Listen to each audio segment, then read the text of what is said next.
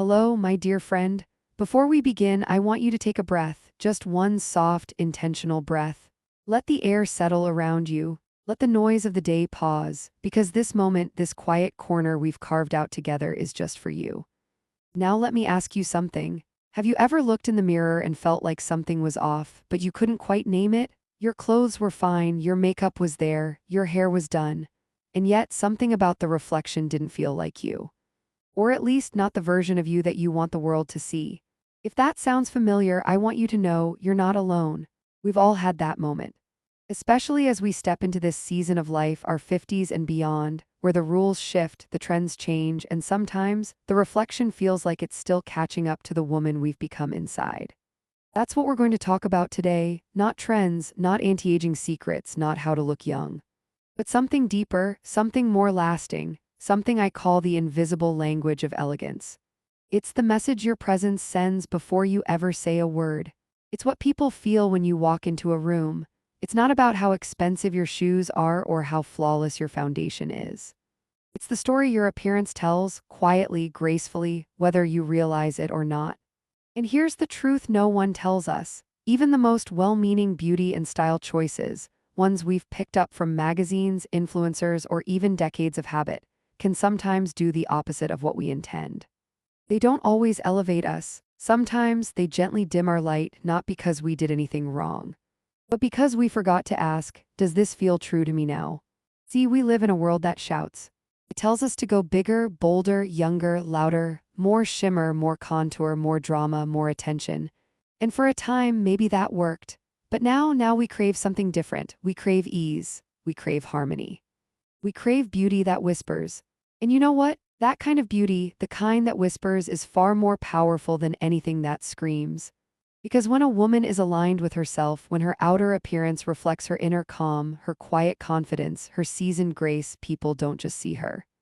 They remember her. I've seen women enter a room without a sound, wearing simple clothes, a soft smile, hair tucked behind the ears, and yet the entire room shifted. Why? Because nothing about her was fighting for attention. She didn't need to prove anything, she just was. And that energy, that stillness, that centered elegance is magnetic. But how do we get there? How do we return to that quiet power, especially after decades of doing, chasing, adapting? That's what this video is for. Not to shame or criticize, but to gently guide, to peel back the layers of noise, to hold up a softer mirror. And maybe, just maybe, help you fall in love again with the beauty that was never lost, just a little buried under the shoulds. So, over the next chapters, we're going to look at 10 subtle beauty and style habits that many of us, myself included, have picked up along the way. They're not dramatic mistakes. They're just choices that might quietly be dulling the presence we've worked so hard to grow. And more importantly, I'll share gentle, timeless ways to shift those habits, not so you'll look perfect, but so you'll look more like you. The woman you've become, the woman you've earned the right to be, the woman who no longer needs to perform but simply exist with grace. So I invite you to stay with me, pause the scrolling, turn down the noise. This is not a video to consume in a rush. This is a cup of tea, a quiet walk, a deep breath. This is you and me and a little space to remember who you are and who you no longer need to be. Are you ready? Let's begin. Let's continue this gentle journey together. Now that we've opened the mirror with curiosity instead of criticism, now that we've given ourselves permission to slow down and see, not just look, we can begin to notice something deeper.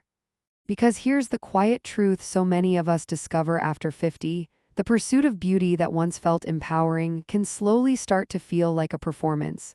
Not always, not dramatically, but subtly.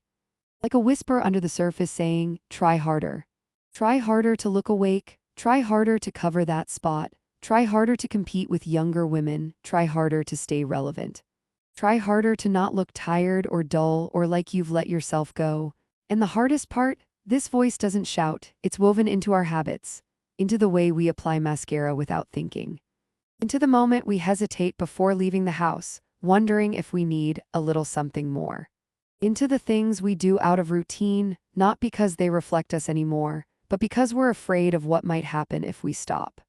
But what if trying harder isn't making us look better? What if it's slowly, quietly making us look less ourselves?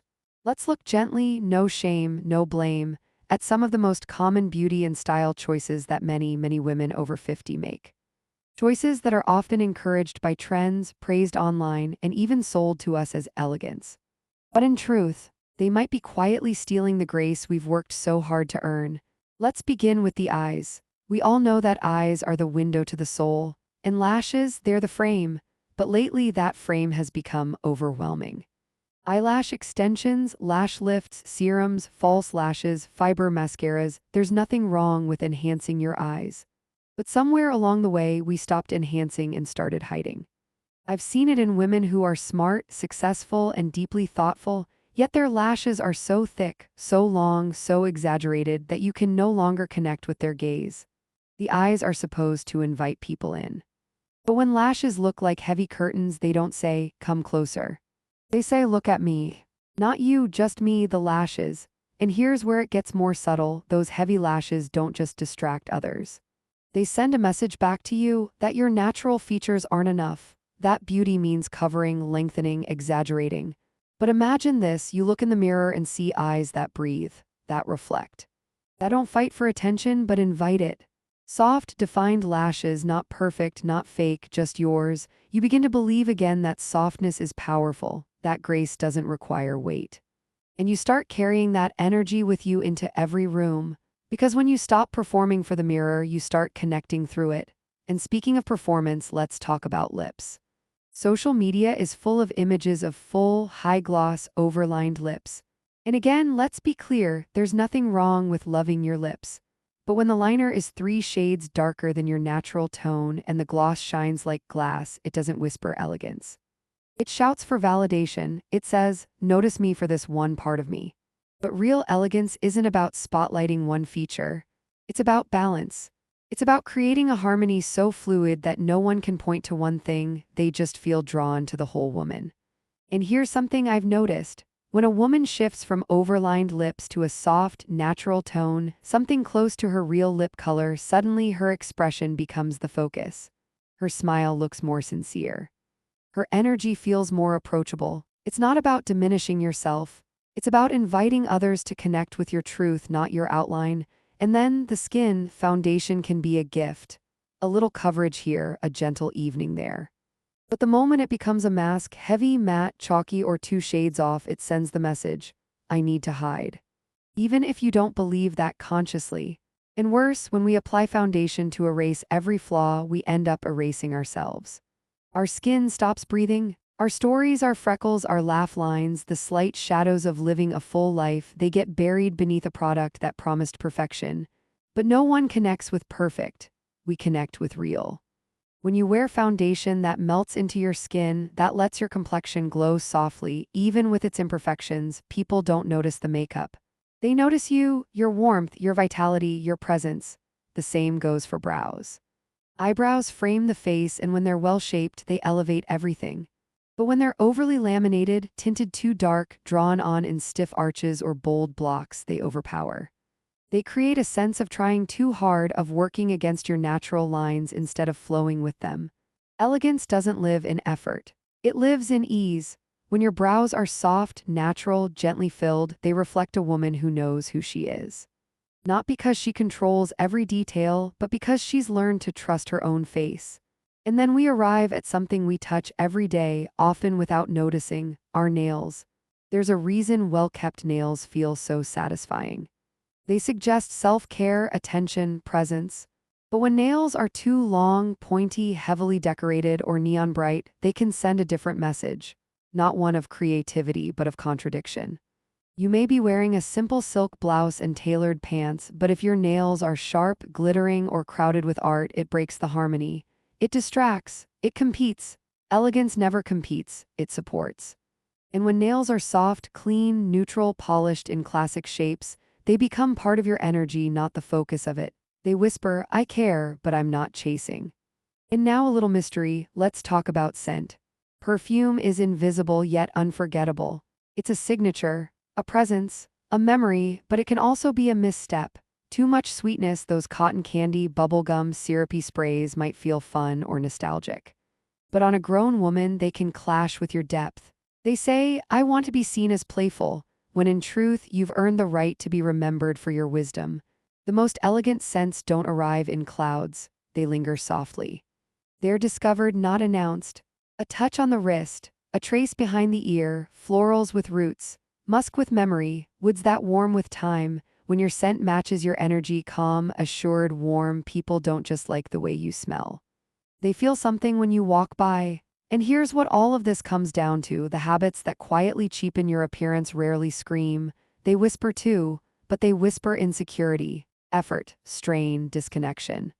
The beauty habits that elevate you, they whisper differently. They whisper ease, alignment, simplicity, trust, and most importantly, they whisper you. So as we move forward, I invite you not to judge yourself for the habits you've held, but to ask, does this choice reflect the woman I am now? Does this feel aligned with how I want to move through the world? Am I wearing this to hide or to reveal who I've become? Because when beauty stops trying too hard, it stops performing. And that's when it begins to truly speak, not in trends, not in tricks, but in truth. By now, you may have started to see things a little differently, not because you've been told what's wrong with how you look, but because something inside you is beginning to remember what's right, what's always been there beneath the layers. And here's where our journey begins to shift, from noticing the noise to learning how to let it go. You see, we live in a culture that thrives on noise, visual noise, emotional noise.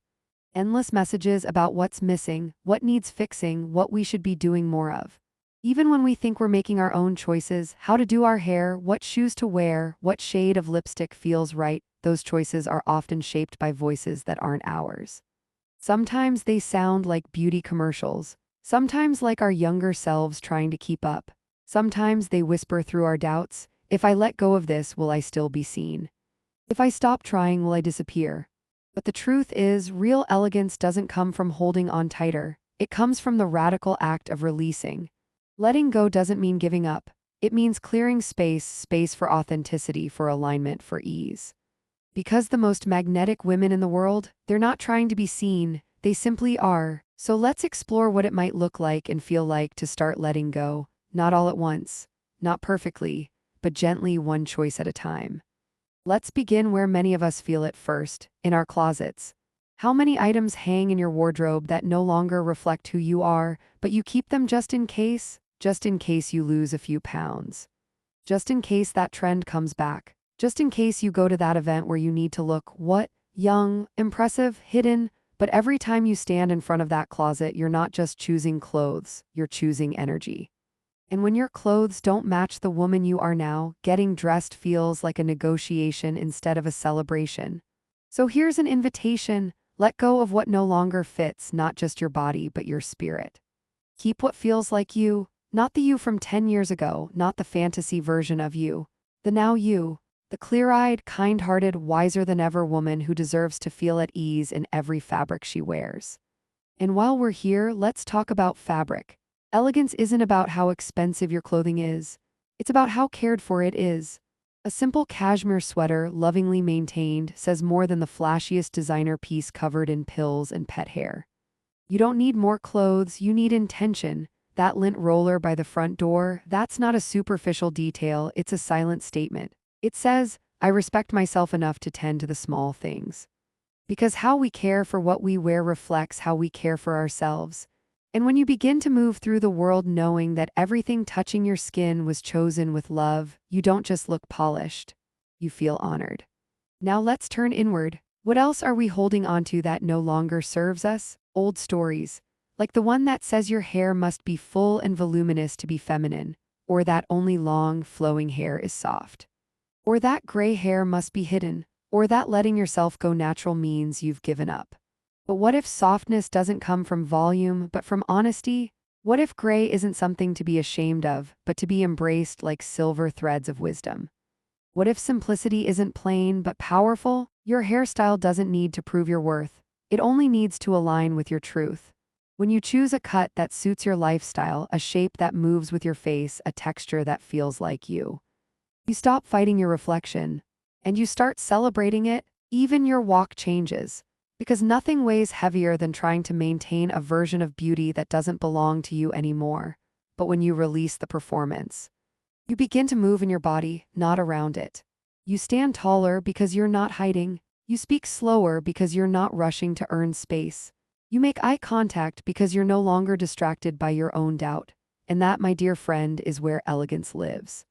It lives in stillness. It lives in trust. It lives in the quiet confidence of a woman who has stopped trying to prove and started simply being. So let me ask you, what are you ready to release, not because it's wrong? Not because you're failing, but because you've outgrown it, because something softer is waiting beneath it, because your beauty isn't in the effort, it's in the ease.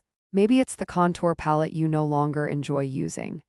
Maybe it's the heels that hurt more than they help. Maybe it's the voice in your head that says, you need more to be enough. You don't, because the most stunning version of you is the one that doesn't need convincing. She just needs space. She just needs stillness. She just needs you to come back. And when you do, something magical happens. People don't just compliment your outfit. They comment on your glow. They ask what you've done differently. They lean in not because your lashes are longer, but because your energy feels lighter. They feel your alignment. They see your wholeness, not the perfect image of a woman, but the presence of one. So here we are together at the quiet heart of this journey.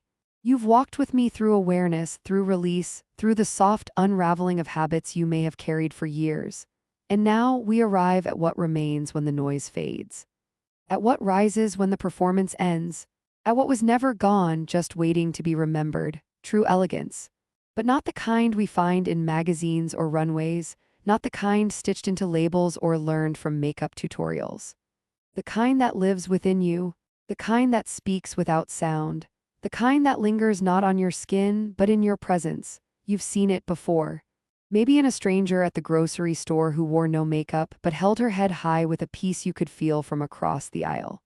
Maybe in your grandmother who tied a scarf around her shoulders with the same grace she used to water her garden. Maybe in the woman sitting alone at a cafe, sipping her coffee slowly with no need to be seen and yet impossible to ignore. What made her elegant had nothing to do with what she wore. It was how she was, her stillness, her self-assurance, her unapologetic gentleness. That's the real secret. Elegance isn't about what you add, it's about what you embody. And to embody something, you must believe it. You must feel it in your bones. You must trust that your worth is no longer up for negotiation. Because the truth is, a flawless outfit can't hide a restless heart. A perfectly arched brow can't replace a sense of groundedness. And the right perfume won't linger longer than the energy you carry. So what does it really mean to be elegant from the inside out? It means your movements are unhurried, not because you have nowhere to be, but because you've stopped rushing for approval. It means you speak with intention, not to be heard above others, but because you've learned that silence is a form of strength. It means you sit comfortably in your body whether you're dressed up or in pajamas, because you no longer judge your worth by your waistline or your reflection. It means you show up, fully, softly, bravely. You don't shrink, but you also don't shout. You take up space by simply being present in it. You walk into a room not with the need to prove, but with the peace of someone who knows who she is. And here's the beauty of this kind of elegance. It's available to every woman at every age, at any moment. It doesn't require youth. It doesn't require perfection. It doesn't even require lipstick. It requires presence. And presence is built quietly, in the little rituals of care, in the way you speak to yourself in the mirror, in the way you forgive yourself for who you used to be and celebrate who you're still becoming, because you are still becoming. Even now, especially now, this chapter of life, our 50s and beyond, isn't a slow fading, it's a deepening, a blooming, a becoming more fully you than ever before. And when you align your outer choices with that inner truth, something changes. You'll notice it first in how you feel, lighter, less performative, more at ease. Then you'll notice it in the eyes of others. They'll pause when they see you, not because you look done up, but because you look free. You look like a woman who has nothing to hide and therefore nothing to prove. A woman who has softened but not shrunk, who has aged but not disappeared, who has grown but never lost her glow. And you know what? That glow. It comes not from products but from peace, not from effort but from embodiment, not from trying to look expensive, but from knowing you are worthy of care, of attention, of grace. So let this be your gentle reminder. You don't need to shout to be seen. You don't need to chase beauty to be beautiful. You don't need to earn elegance. It already lives within you, always has, always will. The only thing left is to return to it, to trust it, to live it. And let it shine not through what you wear, but through how you are. So the next time you look in the mirror, don't ask, what do I need to fix? Ask instead, what can I soften? What can I release? What can I come home to? Because real elegance isn't about being perfect, it's about being true, and when you are, they don't just see you, they feel you, and they remember you.